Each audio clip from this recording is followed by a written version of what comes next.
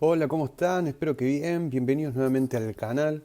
Seguimos con los videos explicativos. Esta vez tenemos un video entero del capítulo 8, en el que explicaremos diferentes códigos para ejemplificar y poder entender cada uno de los temas que engloban este capítulo. ¿Bien? Em, Recordar que son capítulos del libro Cómo programar en Java, décima edición de Deitel. Y bueno, como dije, el capítulo 8. En este capítulo el objetivo es aprender a usar la instrucción throw para indicar que ocurrió un problema, luego a usar la palabra clave this en un constructor para llamar a otro constructor de la misma clase.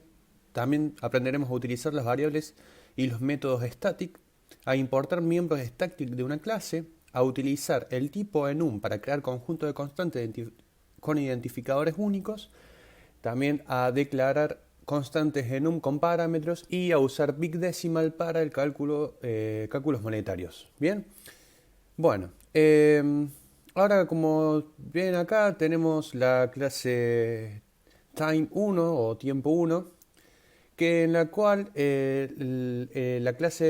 la declaración de la clase tiempo 1 mantiene la hora en formato 24 horas. Bien, eh, en este ejemplo la clase tiempo 1 no declara un constructor, por lo que tiene un constructor predeterminado que le suministra el compilador. Bien, cada variable de instancia recibe en forma implícita el valor predeterminado para un int, para cada uno de los ints. Las variables de instancia también pueden inicializarse cuando se declaran en el cuerpo de la clase, usando la misma sintaxis que de inicialización de una variable local. Bien, tenemos el método establecer tiempo, setTime, y cómo hacer excepciones. Bueno, acá entró new illegal argument exception. Decidimos que vamos a alargar ante una excepción, o sea, entre un valor de hora, minutos o segundo que esté fuera del rango que el if acá, eh, perdón, que el if acá define. Si el valor de tiempo está fuera de ese rango, lo que va a hacer throw, que throw significa lanzar, es justamente eso, lanzar una excepción. Bien, eh, es un método public que declara tres parámetros, como vemos acá: el parámetro hour, el parámetro minuto y el parámetro segundo. Y después los utiliza para establecer la hora. Eh, Cada argumento para determinar si el valor se encuentra fuera del rango apropiado. Eh, el valor de hora debe ser mayor o igual a 0 y menor que 24, ya que el formato de hora universal representa las horas como enteros de 0 a 23. De manera similar, los valores de minutos y segundos deben ser mayores o iguales a 0 y menores que 60.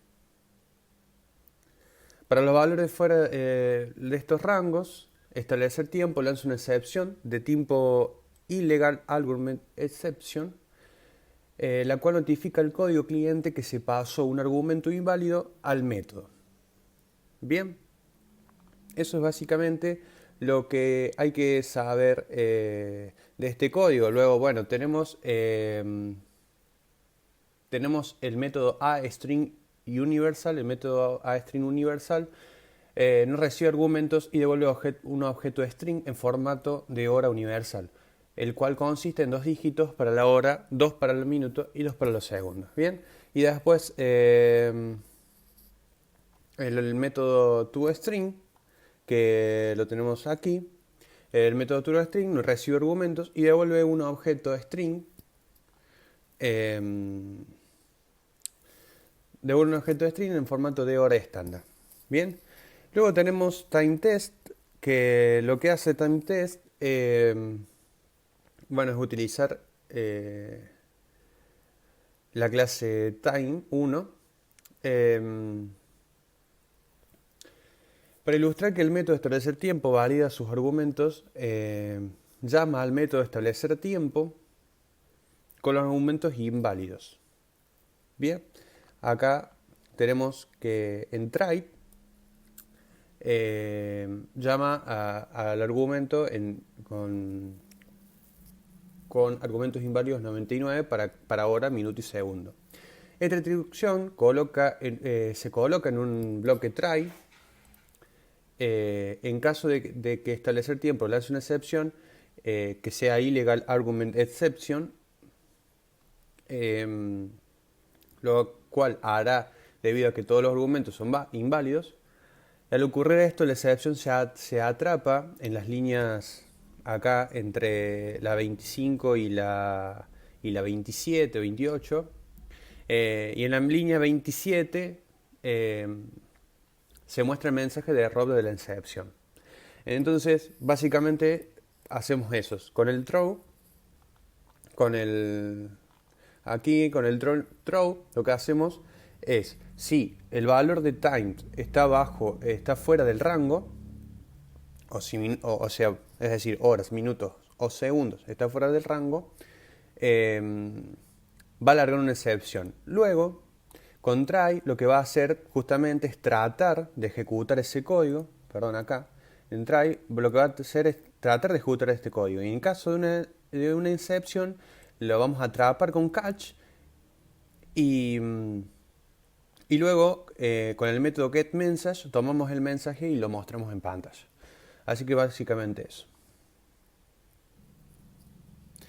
Bien, ahora vamos a ejecutar time 1 test, prueba de tiempo 1, y vamos a ver qué nos devuelve. Bien, acá dice, luego de llamar a establecer, perdón, acá, luego de crear el objeto tiempo, nos muestra cómo el constructor predeterminado le asigna los valores 00, 00 y 00 para, es decir, en realidad los valores ceros para hora, minutos y segundos, ¿bien? Y acá lo convierte porque, bueno, toma esos valores predeterminados, el método que convierte al tiempo estándar los valores del primer tiempo, digamos. Luego de llamar a set tiempo, de establecer tiempo, se estableció la hora y después la pasaron al tiempo estándar.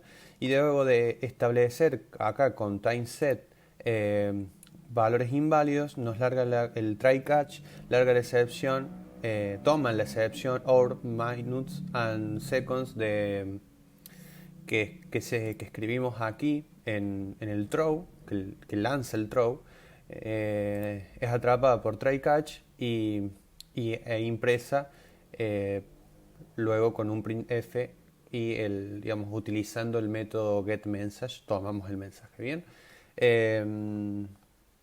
Y bueno, después se llama a set time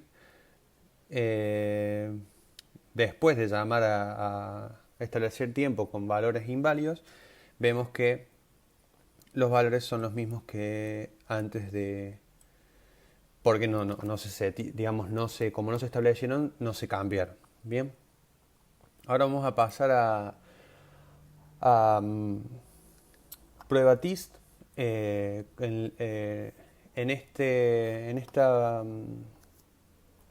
esta clase lo que hace es vamos a ver un uso implícito y explícito de tist para hacer referencia a los miembros de un objeto. Bien, la clase tiempo simple declara tres variables de instancia private: hora, minutos y segundos. Bien, el constructor de la clase recibe tres argumentos int para inicializar un objeto tiempo simple. Una vez más, para el constructor, utilizamos nombres de parámetros idénticos a los nombres de las variables de instancia de la clase, por lo que usamos la referencia tist para referirnos a la variable de instancias en la clase. Bien, como vemos aquí.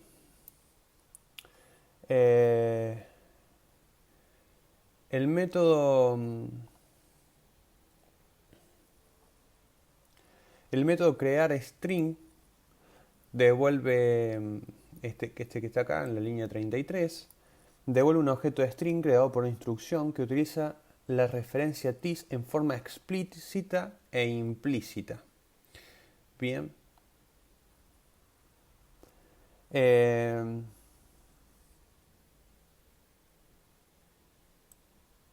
En la línea 36 la utiliza de forma explícita para llamar al método iString universal, y la línea 35, o sea, la línea 37, perdón, utiliza de forma implícita para llamar al mismo método. Ambas líneas realizan la misma tarea. Por lo general, no es común utilizar la referencia TIS en forma explícita para hacer referencia a otro método en el objeto actual. Además del método, además de utilizar iString universal, se utiliza en forma explícita la referencia TIS para acceder a cada variable de distancia. Esto no es necesario aquí, ya que el método no tiene variables locales que oculten la variable de distancia de la clase. Bien, el método main de la prueba TIS, demuestra el uso de la clase tiempo simple. Bien, crea una instancia de la clase tiempo simple e invoca a su constructor. Bien, entonces vamos a ejecutar. Y aquí podemos ver de las dos maneras. Cuando se utiliza el TIS de forma explícita y cuando se utiliza de forma implícita. Muy bien. Bien, ahora pasaremos a ver el concepto de composición. Una clase puede tener referencia a objetos de otras clases como miembros. A dicha capacidad se le conoce como composición y algunas veces como relación tiene un. Por ejemplo, un objeto de la clase reloj alarma necesita saber la hora actual y la hora en la que se supone sonará su alarma, por lo que es razonable incluir dos referencias a objetos tiempo, como miembros del objeto reloj alarma. La clase fecha, date, en el siguiente ejemplo de composición contiene tres clases: date, fecha, empleado y prueba empleado. La clase fecha declara las variables de instancia mes, día y año entre las líneas 6 y 8. Bien, para representar la fecha. El constructor recibe tres parámetros int. Bien, las líneas 17 a 19 validan el mes. Entre las líneas 17 y 19 se valida el mes. Si el valor está fuera del rango, las líneas 18 y 19 lanzan una excepción. Bien, las líneas 22 a 29, todo esto de acá, de las líneas 22 a 29, perdón, de las líneas 22 a 25 validan el día. De las líneas 22 a 25 validan el día. Si el día no es correcto con base en el número de días en el mes específico, excepto el 29 de febrero, que requiere de una prueba especial para años bisiestos, las líneas 24 y 25 lanzan una excepción. Bien. Las líneas 28 a 31 realizan la prueba del año bisiesto para febrero. Si el mes es febrero, el día es 29 y el año no es un año bisiesto, las líneas 30 y 31 largan una excepción. Si no se lanzan excepciones, entonces las líneas 33 a 35 inicializan las variables de distancia de fecha y la línea 38 la línea 38 imprime la referencia TIS como un objeto string. Puesto que TIS es una referencia al objeto fecha actual, se hace una llamada implícita al método toString. Del objeto, eso es entre la línea 42 a 45. Bien. Del objeto para obtener la representación string del mismo. Bien. En este ejemplo asumimos que el valor de año es correcto. Una clase fecha para uso industrial también se debe validar el año. Bien. Ahora pasaremos a la clase empleado. La clase empleado tiene la variable de instancia nombre, apellido, fecha de nacimiento y fecha de contratación. Los miembros primer nombre y apellido paterno son referencias a otro string. Bien.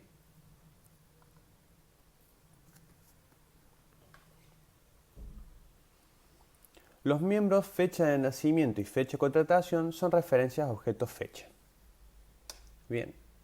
Tenemos dos strings, first name, last name y dos objetos date, birth date y hire date. Bien. O sea, fecha de nacimiento y fecha de contratación. Bien.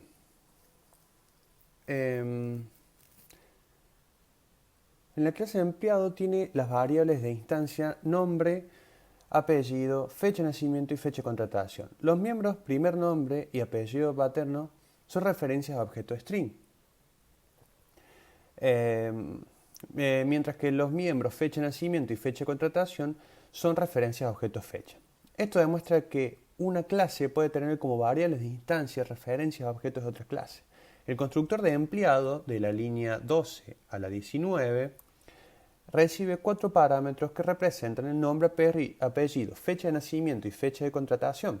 Los objetos referenciados por los parámetros se asignan a las variables de instancias de objetos de empleado. Cuando se hace una llamada al método toString de la clase de empleado, este devuelve un objeto string que contiene el nombre de empleado y las representaciones string de los objetos fecha. Cada uno de estos objetos de string se obtiene mediante una llamada implícita al método toString de la clase fecha.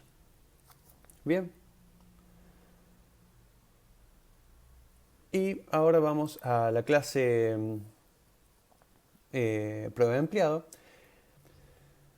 Bien, la clase prueba empleado crea dos objetos fecha para representar la fecha de nacimiento y de contratación de un empleado, respectivamente.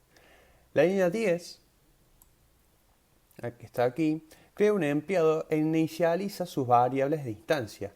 Al pasar al constructor dos objetos de string que representan el nombre y el apellido del empleado y dos objetos fecha que representan la fecha de nacimiento y de contratación. La línea 12 invoca en forma implícita el método toString de empleado para mostrar en pantalla los valores de sus variables de instancia y demostrar que el objeto se inicializó en forma apropiada. Entonces vamos a ejecutar.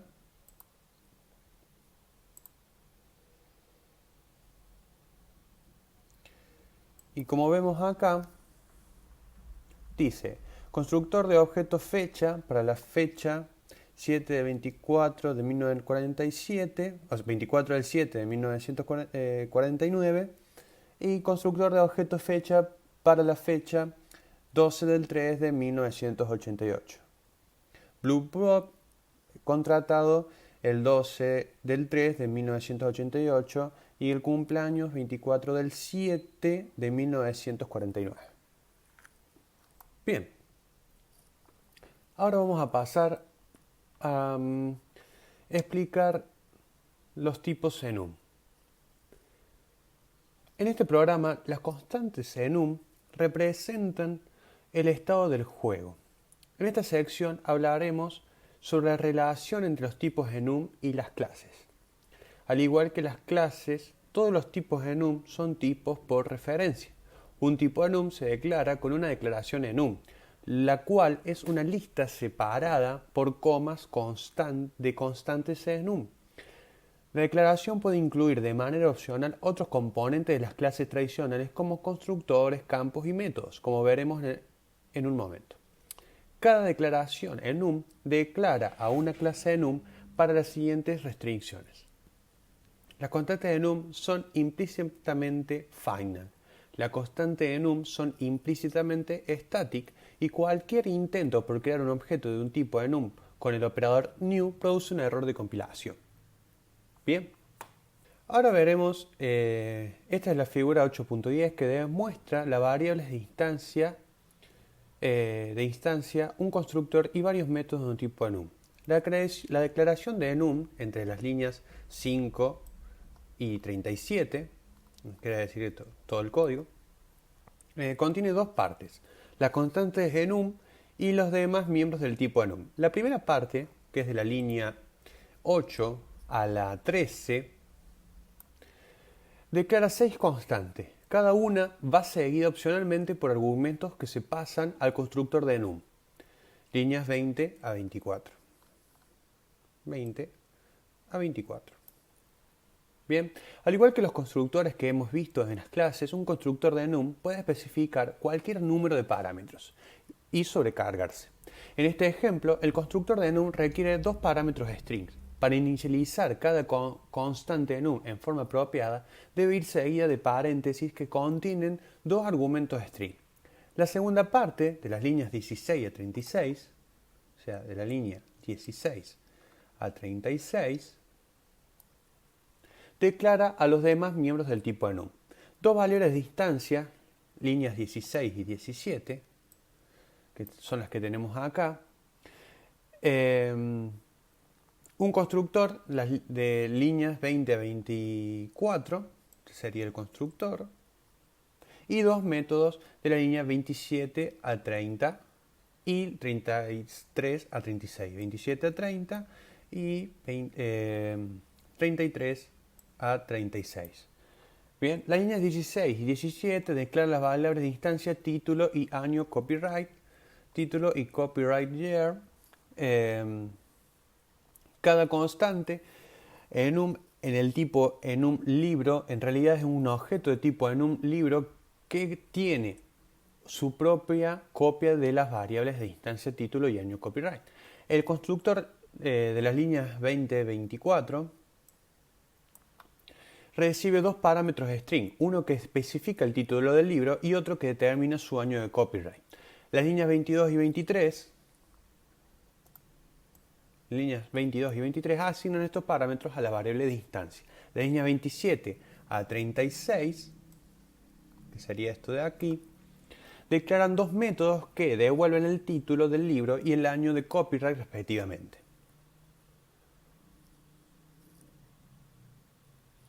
Ahora vamos a ver el uso del tipo enum libro. Bien, la figura 8.11, que es la que tenemos acá, prueba el tipo enum libro e ilustra cómo iterar a través de un rango de constantes enum. Para cada enum, el compilador genera un método static values que se llama en la línea 12. La línea 12 es donde se llama. Bien, el cual devuelve un arreglo de las constantes de enum en el orden en el que se declararon. Las líneas 12 a 14 utilizan la instrucción for mejorada para mostrar todas las constantes declaradas en el enum llamada libro. La línea 14 invoca, o sea, esta línea invoca el método obtener título y obtener año copyright de la enum libro para obtener el título y el año de copyright asociado a la constante. Cuando se convierte una constante en un objeto string, por ejemplo, libro en la línea 13, el identificador de la constante se utiliza como la representación string, por ejemplo, JHTP para la primera constante enum. La línea 19, y bueno, lo vamos a ejecutar. Bien. Las líneas 19 a 21 utilizan el método staticRange de la clase numSet declarada en el paquete Java útil, para mostrar un rango de las constantes de la enum libro. El método range recibe dos parámetros, la primera y la última constante de enum en el rango, y devuelve un objeto de enum set que contiene todas las constantes comprendidas en el rango, ¿bien? Incluyendo a estas dos. Por ejemplo, la expresión enum set range libro.jhtp libro.cpphp devuelve un objeto de numSend que contiene libro.jhtp y libro.chhtp. Libro.iw3htp y libro cpphp. La instrucción for mejorada se puede utilizar con el objeto en un set tal como se utiliza con un arreglo, por lo que las líneas 12 a 14 utilizan para mostrar el título y el año del copyright de cada libro en el objeto de numSet. La clase numSet proporciona varios métodos static más para crear conjuntos de constantes de num a partir del mismo tipo de num. Bien, ahora pasamos a los miembros de la clase static. Bien, acá cada objeto tiene su propia copia de todas las variables de instancia de la clase. En ciertos casos, solo debe compartirse una copia de ciertas variables entre todos los objetos de una clase. En estos casos, se utiliza un campo static, al cual se le conoce como una variable de clase. Una variable static representa información en toda la clase, ya que todos los objetos de la clase comparten la misma pieza de datos. La declaración de una variable static comienza con la palabra clave static. Motivación de static. Vamos a motivar datos static con un ejemplo. Suponga que tenemos un videojuego con marcianos y otras criaturas especiales. Cada marciano tiende a ser valiente y atacar a otras criaturas especiales cuando sabe que hay al menos otros 4 marcianos presentes. Si están presentes menos de 5 marcianos, cada uno se vuelve cobarde. Por lo tanto, necesitan saber el valor de cuenta marcianos. Podrían dotar a la clase marciano con una variable cuenta marcianos como variable de instancia. Si hacemos esto, entonces cada marciano tendrá una copia separada de la variable de instancia. Y cada vez que creemos un nuevo marciano, tendremos que actualizar la variable de instancia cuenta marcianos en todos los objetos marcianos. Esto desperdicia espacio y tiempo en actualizar cada una de las copias de la variable, además de ser un proceso propenso a errores. En vez de ello, declaramos una cuenta marciano como static, lo cual convierte a cuenta marcianos en datos disponibles en toda la clase. Cada objeto marciano puede ver la cuenta marcianos como si fuera una variable de instancia de la clase marciano, pero solo se mantiene una copia de la variable static cuenta marcianos. Esto nos ahorra espacio, ahorramos tiempo al hacer que el constructor de marcianos incremente la variable static cuenta marcianos. Como solo hay una copia, no tenemos que incrementar copias separadas para cada uno de los objetos marcianos. Como observación, use una variable static cuando todos los objetos de una clase tengan que utilizar la misma copia de una variable. Bien, ese es un consejo que nos da el libro. Ahora vamos a pasar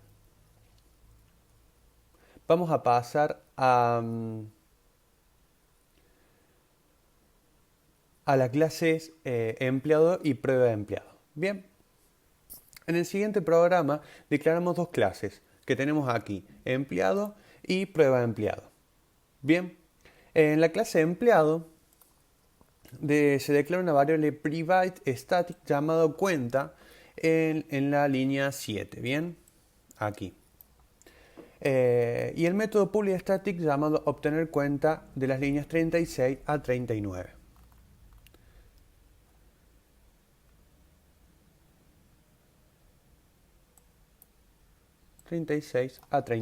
Bien, la variable static cuenta mantiene un conteo de números de objetos de la clase empleado que se han creado hasta un momento dado. Esta clase se inicializa con 0 en la línea 7, lo vamos a ver.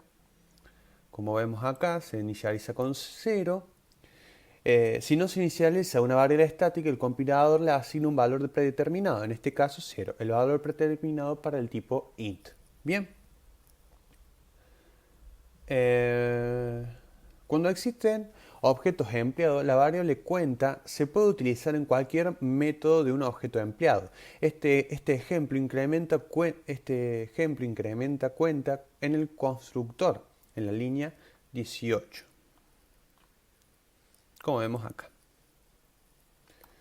El método public static obtener cuenta, de la línea 36 a 39, getCount, tener cuenta, devuelve el número de objetos empleados que se han creado hasta el momento. Cuando no existen objetos de la clase empleado, el código cliente puede acceder a la variable cuenta mediante una llamada al método obtener cuenta a través del nombre de la clase, como en empleado.obtener cuenta.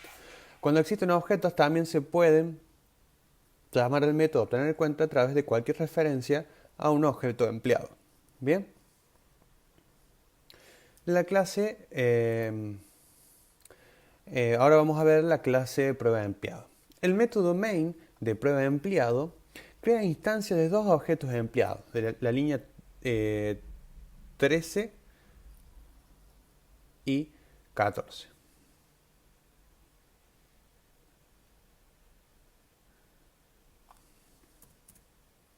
Bien, la línea 13 y 14 crea dos instancias de objetos empleados. Cuando se invoca el constructor de cada objeto empleado de las líneas 15 y 16 de la figura 8.12, se asigna el nombre y apellido del empleado a las variables de instancia de nombre y apellido. Estas dos instrucciones no sacan copias del argumento string original. En realidad, los objetos string en Java son inmutables, no pueden modificarse una vez que son creados. Por lo tanto, es seguro tener muchas referencias a un solo objeto string. Este no es normalmente el caso para los objetos de la mayoría de otras clases en Java. Si los objetos string son inmutables, tal vez se pregunte por qué podemos utilizar los operadores más y más igual para concatenar objetos de string. En realidad, las operaciones de concatenación de objetos de string producen un nuevo objeto de string, el cual contiene los valores concatenados. Los objetos de string originales no se modifican.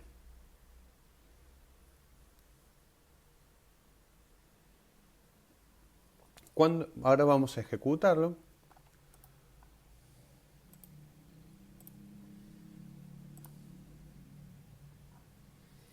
Bien. Cuando main determina las variables locales E1 y E2 se desechan. Recuerda que una variable local existe solo hasta que el bloque en el que está declarada termine su ejecución.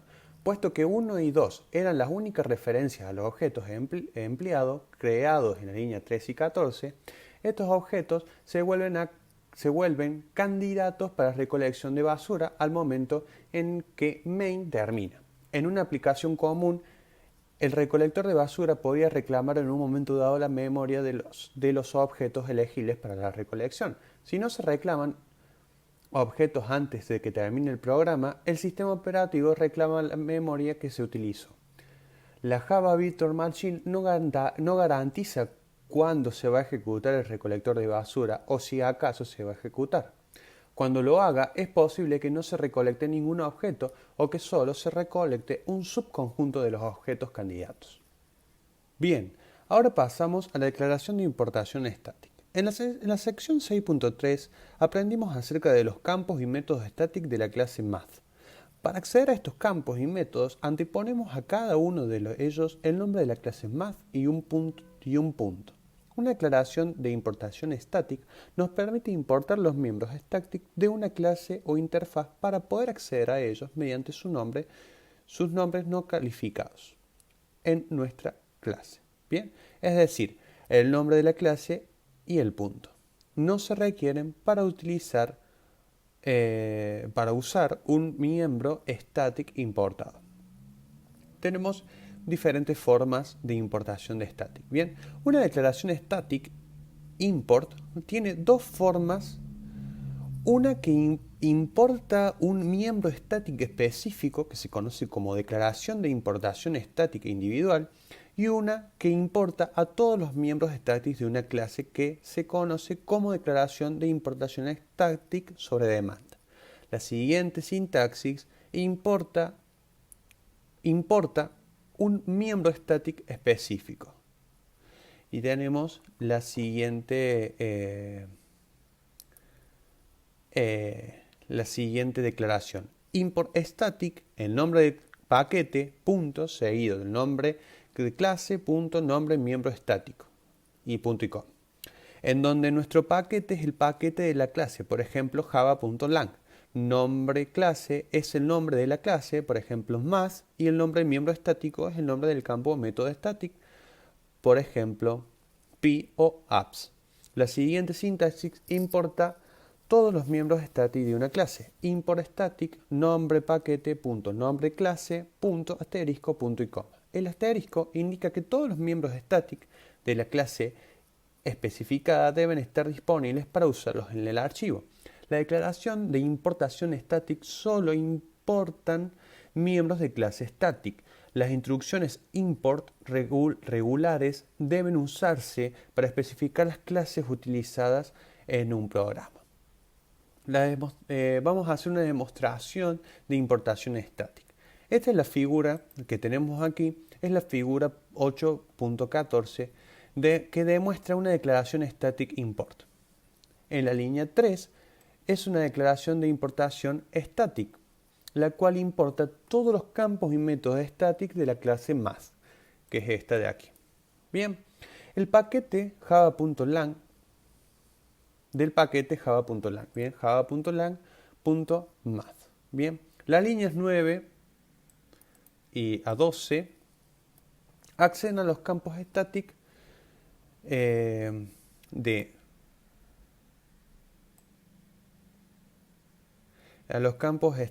bien,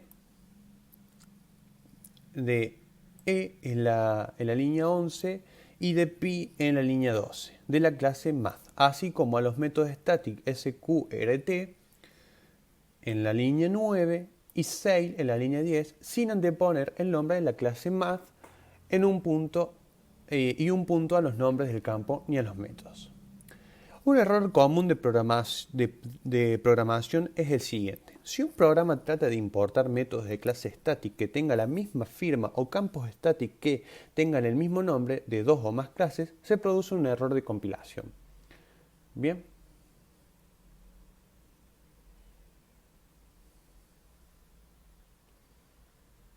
Entonces, vamos a ejecutar. Que se está ejecutado. Pero como ven, acá está funcionando sin anteponer el punto math. Bien. O el math punto y seguido del método estático que queremos utilizar.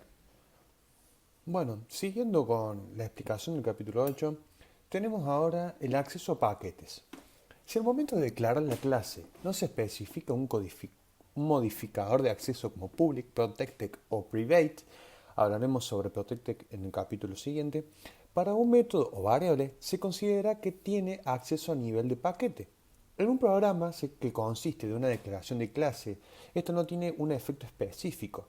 No obstante, si un programa utiliza varias clases del mismo paquete, es decir, un grupo de clases relacionadas, estas pueden acceder directamente a los miembros con acceso a nivel de paquete de cada una de las otras clases, a través de referencias a objetos de las clases apropiadas, o en el caso de los miembros static, a través del nombre de la clase.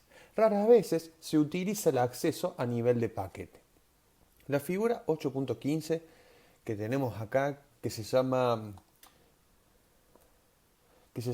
prueba datos paquete,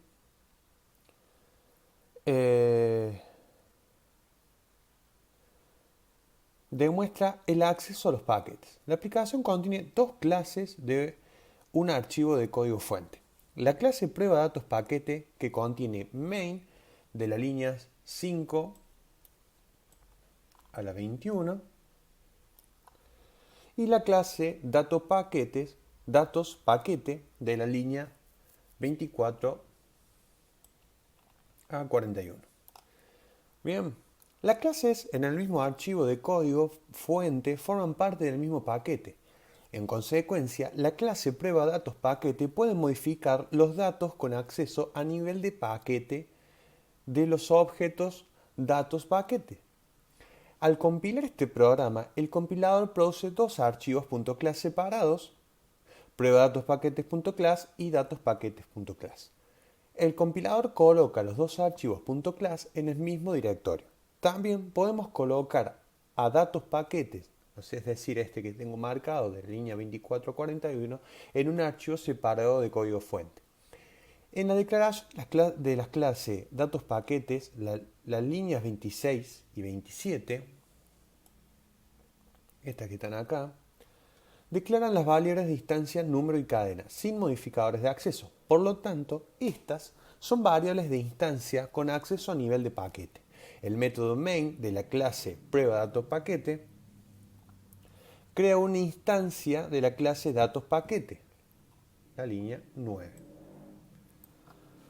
para demostrar la habilidad de modificar directamente las variables de instancia de datos paquetes, como se muestra en las líneas 15 y 16. Estas dos de aquí. Los resultados de la modificación se pueden ver en la ventana de resultados. Entonces, ahora vamos a ejecutar. Primero voy a guardar y ejecutamos.